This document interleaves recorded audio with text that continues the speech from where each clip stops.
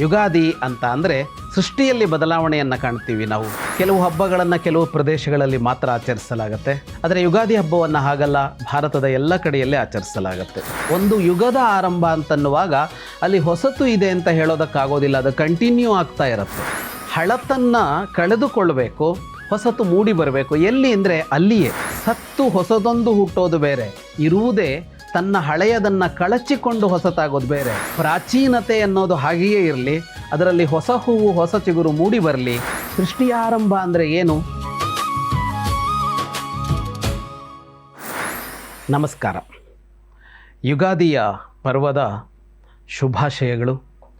ಹೊಸ ವರ್ಷ ಎಲ್ಲರಿಗೂ ಬದುಕಿನಲ್ಲಿ ಆನಂದವನ್ನು ತರಲಿ ಅಂತ ಆಕಾಂಕ್ಷಿಸ್ತಾ ಯುಗಾದಿಯ ಕುರಿತು ಕೆಲವು ಮಾತುಗಳು. ಯುಗಾದಿ ಭಾರತದಲ್ಲಿ ಬಹಳ ದೊಡ್ಡ ಹಬ್ಬ, ಭಾರತದ ಉದ್ದಗಲದಲ್ಲಿ ಆಚರಿಸುವಂಥ ಹಬ್ಬ. ಕೆಲವು ಹಬ್ಬಗಳನ್ನು ಕೆಲವು ಪ್ರದೇಶಗಳಲ್ಲಿ ಮಾತ್ರ ಆಚರಿಸಲಾಗುತ್ತೆ. ಆದರೆ ಯುಗಾದಿ ಹಬ್ಬವನ್ನು ಹಾಗಲ್ಲ, ಭಾರತದ ಎಲ್ಲ ಕಡೆಯಲ್ಲೇ ಆಚರಿಸಲಾಗುತ್ತೆ. ನಮಗೆ ಎಲ್ಲರಿಗೂ ಸಹಜವಾಗಿ ಗೊತ್ತಿರುವಂತೆ ಇದು ಹೊಸ ಸಂವತ್ಸರದ ಆರಂಭ ಅಂತ, ಅಂದರೆ ಹೊಸ ವರ್ಷದ ಆರಂಭ. ಹಳೆಯ ವರ್ಷ ಕಳೆದು ಹೊಸ ವರ್ಷ ಆರಂಭ ಆಗತ್ತೆ ಅಂತ. ಹಾಗಾಗಿ ಯುಗಾದಿ ಕಾಲದ ಹಬ್ಬ. ನಮ್ಮ ಹಬ್ಬಗಳಲ್ಲಿ ದೇವರ ಹಬ್ಬಗಳಿವೆ, ಯಾರೋ ಮಹಾತ್ಮರು ಹುಟ್ಟಿದ ದಿನಗಳನ್ನು ಹಬ್ಬವಾಗಿ ಆಚರಿಸೋದಿದೆ, ಅವತಾರವಾದ ದಿನಗಳನ್ನು ಹಬ್ಬವಾಗಿ ಆಚರಿಸೋದಿದೆ, ಯಾವುದೋ ಒಂದು ಘಟನೆಗಳನ್ನು ಇಟ್ಟುಕೊಂಡು ಆ ಘಟನೆಗಳ ಆಧಾರದಲ್ಲಿ ಹಬ್ಬಗಳನ್ನು ಆಚರಿಸೋದಿದೆ. ಅದು ಭಾರತೀಯರಿರಲಿ ಅಥವಾ ಹೊರಗಡೆಯಲ್ಲಿರಲಿ, ಹಲವು ಕಾರಣಗಳು ಇಂಥ ದಿನ ಇಂಥ ಹಬ್ಬ ಆಚರಣೆ ಅನ್ನೋದಕ್ಕೆ ಕಾರಣವಾಗುತ್ತೆ. ಈಗ ರಾಷ್ಟ್ರೀಯ ಹಬ್ಬಗಳಿವೆ, ಅದು ಸ್ವಾತಂತ್ರ್ಯೋತ್ಸವ, ಗಣರಾಜ್ಯೋತ್ಸವಗಳನ್ನು ನಡೆದ ಒಂದು ಘಟನೆಯ ಆಧಾರದಲ್ಲಿ ನೋಡ್ತೀವಿ.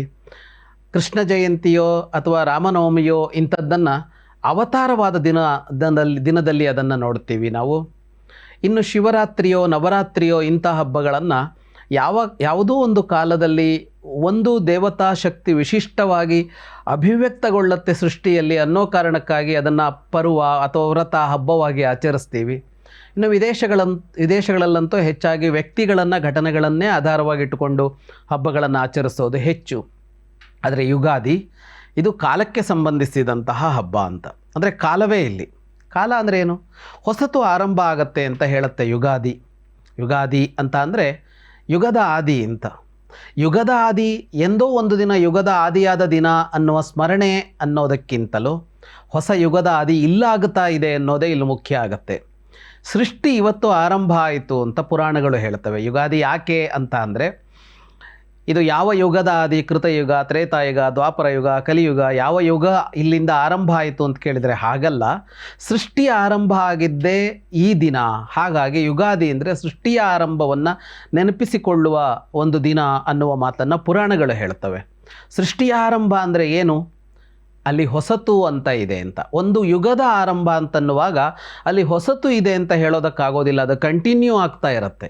ಕೃತಯುಗದಿಂದ ತ್ರೇತಾಯುಗದಿಂದ ದ್ವಾಪರದಿಂದ ಕಲಿಯುಗ ಬರುವಾಗ ಅದು ಮುಂದುವರಿಕೆ ಅಷ್ಟೇ.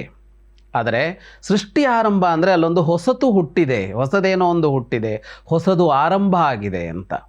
ಹಾಗಾಗಿ ಯುಗಾದಿ ಅಂತಂದರೆ ಹೊಸತಿನ ಆರಂಭ ಅಂತಲೇ ಅರ್ಥ. ಹೊಸತು ಎಲ್ಲಿ ಆರಂಭ ಆಗಬೇಕು?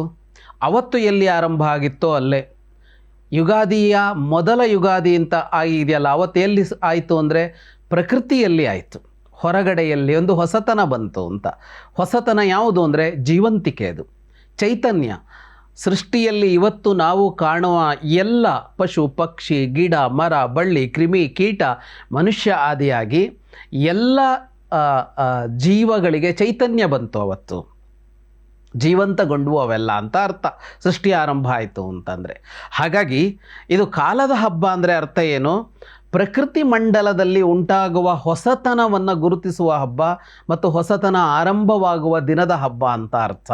ಹಾಗಾಗಿ ಯುಗಾದಿ ಅಂತ ಅಂದರೆ ಸೃಷ್ಟಿಯಲ್ಲಿ ಬದಲಾವಣೆಯನ್ನು ಕಾಣ್ತೀವಿ ನಾವು, ಪ್ರಕೃತಿಯ ಹಬ್ಬ ಇದು. ಹಾಗೆ ನೋಡಿದಾಗ ಇದನ್ನು ನಾವು ಯುಗಾದಿಯನ್ನು ಸನಾತನ ಭಾರತೀಯರು ಕಂಡುಕೊಂಡ ಪ್ರಕೃತಿಯ ಹಬ್ಬ ಅಂತಲೇ ಹೇಳಬೇಕು.